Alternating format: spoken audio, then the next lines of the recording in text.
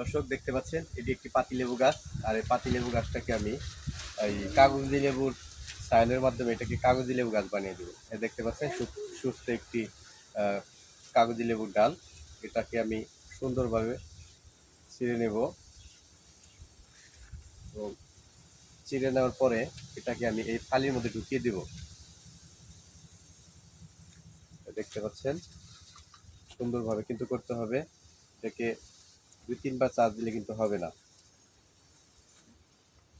যেরকম ভাবে আপনারা লাগিয়ে দিবেন, যে কোনো এক সাইড মিলিয়ে দিতে হবে। যে দেখতে পাচ্ছেন কিন্তু সুন্দরভাবে মিলে গেছে।